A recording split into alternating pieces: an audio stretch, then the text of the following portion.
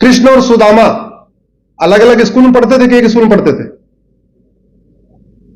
राम और निषाद राज एक स्कूल में, राजा दशरथ और उनके जो मंत्री थे सुमंत एक स्कूल में।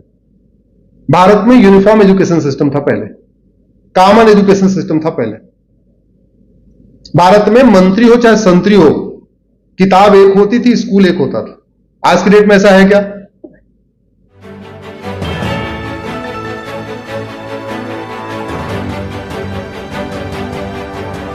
आप देख रहे हैं प्रवासी संदेश। तो हमसे क्या कहलवाना चाहते हो मैं वो बोलूंगा नहीं लेकिन मैं फिर भी थोड़ा बोल देता हूं। ये सच्चाई है।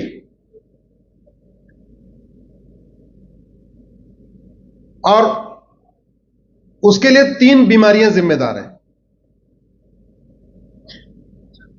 बाद में गूगल कर लेना, 3 बड़ी सीरियस मेंटल डिजीज होती है।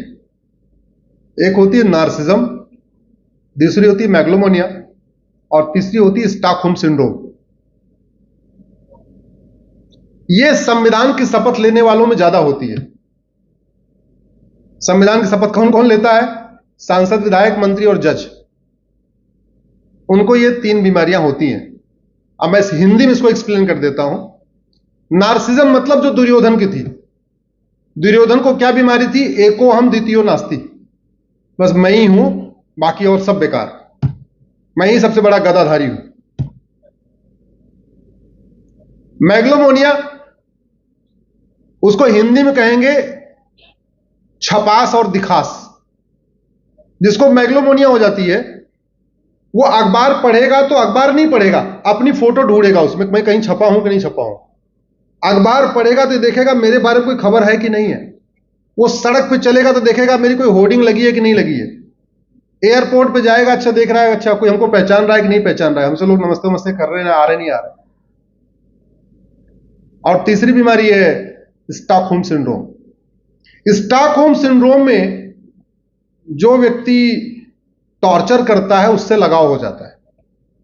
मतलब जो किडनैप करे उसी से प्यार हो जाए, इसको ऐसे मान लो।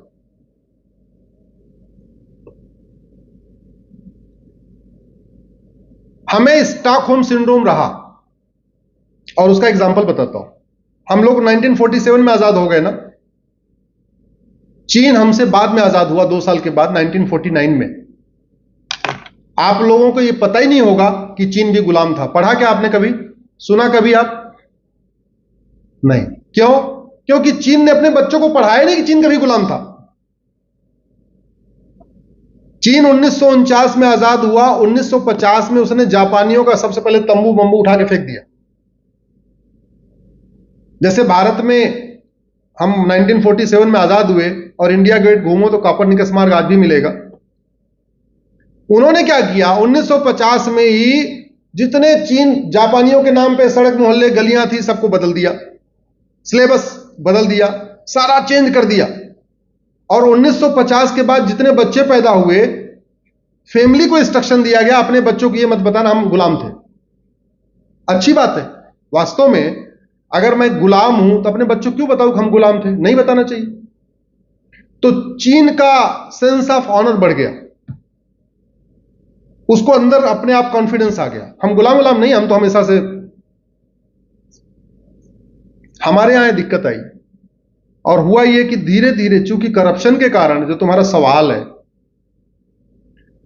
हमने कॉन्स्टिट्यूशन के ठीक उल्टा काम किया। कॉन्स्टिट्यूशन ने कहा कास्टिज्म नहीं करना है, कास्टिज्म को प्रमोट किया। कॉन्स्टिट्यूशन ने बोला लिंग्विज्म नहीं बढ़ाना है, लैंग्वेज के आधार पर हमने बांटा लोगों को, क्षेत्र के आधार पर बांटा हमने लोगों को, रिलीजन के आधार पर बांटा हमने। जैसे कॉन्स्टिट्यूशन ये कहता है, आर्टिकल 2930, कि जो लोग सबको अपने अपने राइट टू कल्चर है, राइट टू कस्टम है, जो अपनी रीतियां हैं अपनी, उनको फॉलो करना है। कुरीतियां नहीं, कुप्रथाएं नहीं, रीतियां, कस्टम्स, गुड कस्टम्स। लेकिन हमने क्या किया? बांटने के लिए 1992 में माइनॉरिटी कमीशन एक्ट बना दिया। माइनॉरिटी कौन होगा नहीं लिखा, बना दिया। बाद में माइनॉरिटी अफेयर मिनिस्ट्री बना दिया, कौन होगा माइनॉरिटी नहीं लिखा, बना दिया। भाई एक घर में अगर 4 भाई हैं वो चारों अगर बराबर से रहें तो अच्छा है ना। अगर एक भाई को आप अलग से प्रिविलेज दे देंगे तो तीन तो नाराज हो जाएंगे ना, इनको क्यों दे दिए। हमारे कॉन्स्टिट्यूशन मेकर कह रहे थे कि जितने कानून बनाना आप सारे जेंडर न्यूट्रल, रिलीजन न्यूट्रल बनाना। कॉन्स्टिट्यूशन में केवल दो लोगों को प्रिविलेज दिया है। आर्टिकल 15 में महिलाओं और बच्चों को दिया हुआ है। आर्टिकल 15 कहता है महिलाओं और बच्चों के लिए अलग से आप कानून बना सकते हैं, और 46 कहता है SC ST के लिए अलग से बना सकते हैं। बाकी और किसी के लिए अलग से कुछ नहीं करना। लेकिन हमने दुनिया भर के कमीशन बनाए, दुनिया भर के योजनाएं बनाई, कास्ट के आधार पे, इसके आधार पे, इसके आधार पे। तो बांटने वाला काम किसने किया? और बांटने वाला काम किया तो बट गए। बांटने वाला काम किया तो बट गए। ये जो हुआ है ना, ये अच्छा नहीं रहा। हमने माइनॉरिटी कमीशन एक्ट को चैलेंज किया है, सुप्रीम कोर्ट मेरा मैटर चल रहा है। मैंने कहा पहले ये तो बता दो माइनॉरिटी है कौन? 1% वाला माइनॉरिटी, 0.5% वाला, भारत वाला माइनॉरिटी, विदेशी वाला माइनॉरिटी है, माइनॉरिटी है कौन? अगर आप रिलीजन के आधार पर माइनॉरिटी बना रहे हैं तो दुनिया में 1100 रिलीजन है, तो फिर आपको 1100 रिलीजन को आपको माइनॉरिटी बनाना पड़ेगा। आपने यहूदी को माइनॉरिटी क्यों नहीं बना दिया? फिर बहाई रहते हैं दिल्ली में, बहाई मंदिर है, बहाई लोटस टेम्पल, वो बहाई फेथ वालों का, उनको माइनॉरिटी क्यों नहीं बना रहे? भारत में 200 रिलीजन के लोग रहते हैं, तो फिर 5 कम्युनिटी को माइनॉरिटी क्यों बनाया? फिर तो 200 लोगों को माइनॉरिटी बनाओ।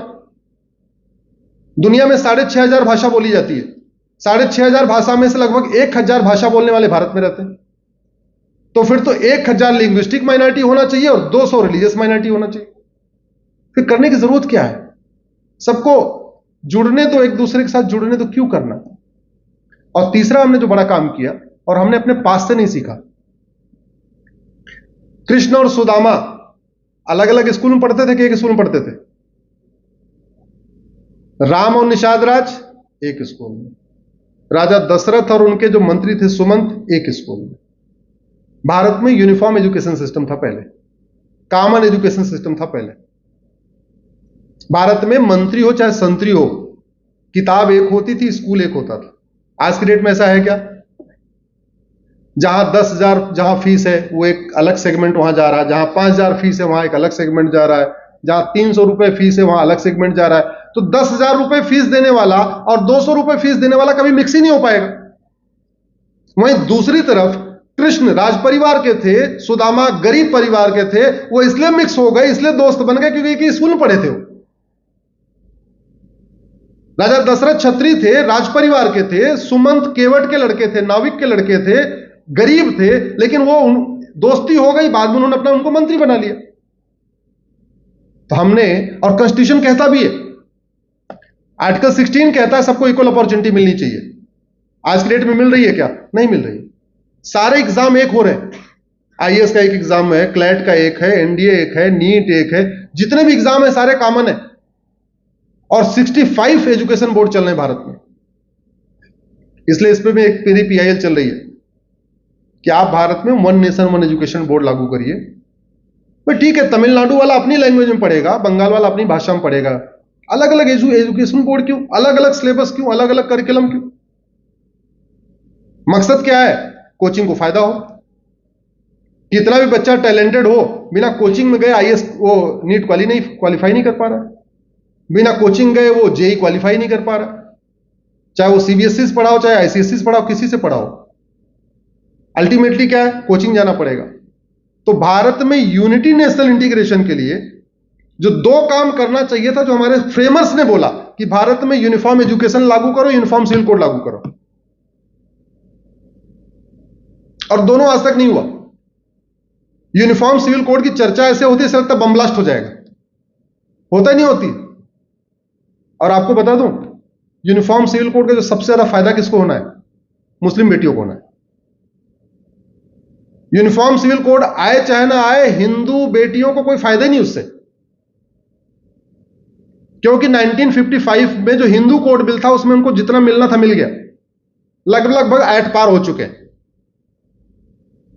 हिंदू कोड बिल लगभग जेंडर न्यूट्रल हो चुका है। 2-3 पॉइंट और बचे हुए हैं, वो भी सुप्रीम कोर्ट के फैसले से यूनिफॉर्म हो गया।